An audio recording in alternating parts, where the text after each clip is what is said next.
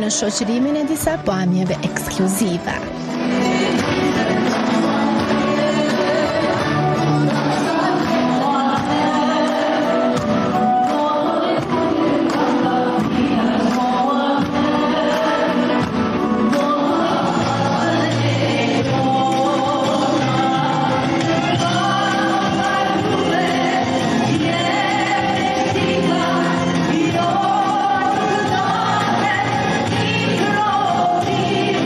Të shumta ishin fjalët miradije dhe falenderimet që shkurte Feza i pati për ata që i shëndruan besnik muzikës së saj. Nuk mungoi asnjë dokumentar ku pasqyrua edhe një herë guximi i shkurtës për të interpretuar edhe në kohët më kritike të Kosovës.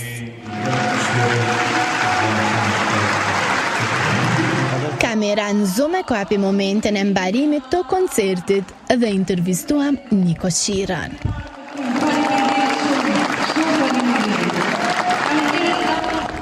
Mendoj që ishte një atmosferë mirë dhe ishte një realizim i një koncerti që ishte live dhe jam mirënjohur se gjithë ekipit realizues. Fillimisht do të falenderoj edhe Valton Beqirin, i cili ishte edhe drejtor artistik i këtij koncerti, pastaj ato djeme vajza të gjitha talentuar dhe që dhanë më të mirën për me dalë koncerti sa më i këndshëm dhe më i pranueshëm tek ju. Si erdhi puna deri tek përzgjedhja e këtyre këngëve, pse pikërisht me nda në tre bloqe? Ju keni ndoshta edhe shumë këngë, a dim të zamra kur i ndava?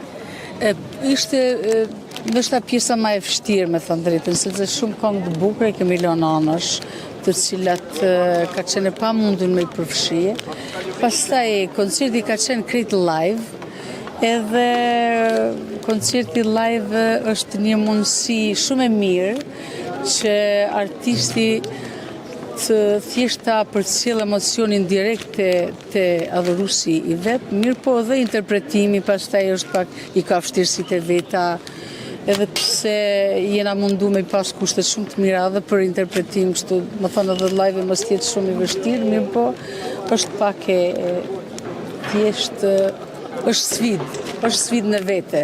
Mirë po unë u kënaqem sepse dhash aq sa mujta dhe publiku, faleminderit që këndonte me mua, ma lehtësonte. A na zbuloni sekret cila ka qenë fjalia kur i pet gjithë ata njerëz mendimi yt i para, pa të emociona? Po thash, o Zot ndihmom, inshallah po ja dal. Kjo ka qenë mendimi im, sepse thash edhe më herët, sepse të kënduarit live është sfidë në vete. Fezës nuk ka mundur t'jetë më duhur dhe më mirë. Faleminderit shumë. Më kujton një jetë të tërë. Unë prej viteve studentore njifem me shkurtën dhe kemi bashkëpunuar gjitha ato turne bashkë, gjitha ato koncerte bashkë. Jemi edhe miqë shtëpie, si me thanë me shkurtën dhe son të ndodhi diçka, një mrekulli që duhej të ndodhë. Edhe më herët, po me gjitha ta ajo priti që 50 vjetorin ta festojnë në këtë mënyrë. A do të ketë një duet tjetër mes juve? Unë jam i gatshëm me një legjend gjithmonë, e mirëpres duetin, mirëpres bashkëpunimin dhe kam shumë shpresë se po. Mbrëmje e bukur, ne kemi 3 muaj që kemi filluar përgatitet për këtë koncert, si Radio Televizioni Kosovës, bashkë me Ministrinë e Kulturës, bashkë me Ansamblin Shota, bashkë me Orkestrin Revial të Prishtinës, me maestron Valton Beqiri, i cili ka dirigjuar të gjithë koncertin, i cili ka qenë i përkushtuar gjatë gjithë ushtrimeve, me orkestracione të reja nga kompozitor të ndryshëm shqiptar, dhe jam i lumtur që erdhi në këtë mënyrë ky jubile për kolegen tonë, artisten e madhe Shkurtë Feza. Shumë bukur, diçka ma bukur Kochamati nuk ka ndodhur në Kosovë, ose të paktën para syve të mi. Kur keni me boju një koncert bashkë? Nuk e di.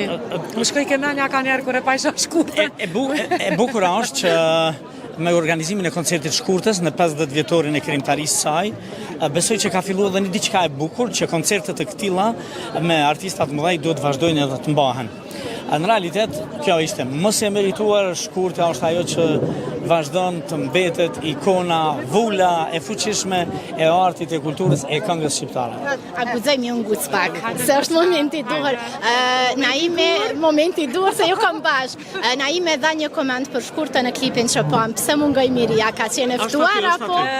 Shiko, kur flet i zoti i shtëpisë, është çaq mjaftueshëm, sa që s'ka nevojë me dal Miria me njëra.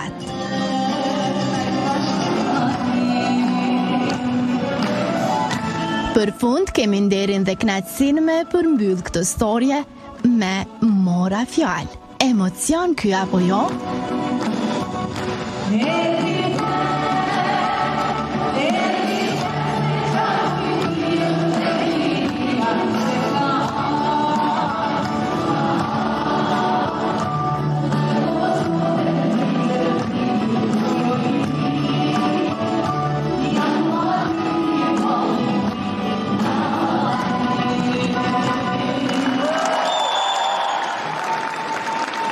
Faleminderit shumë faleminderit.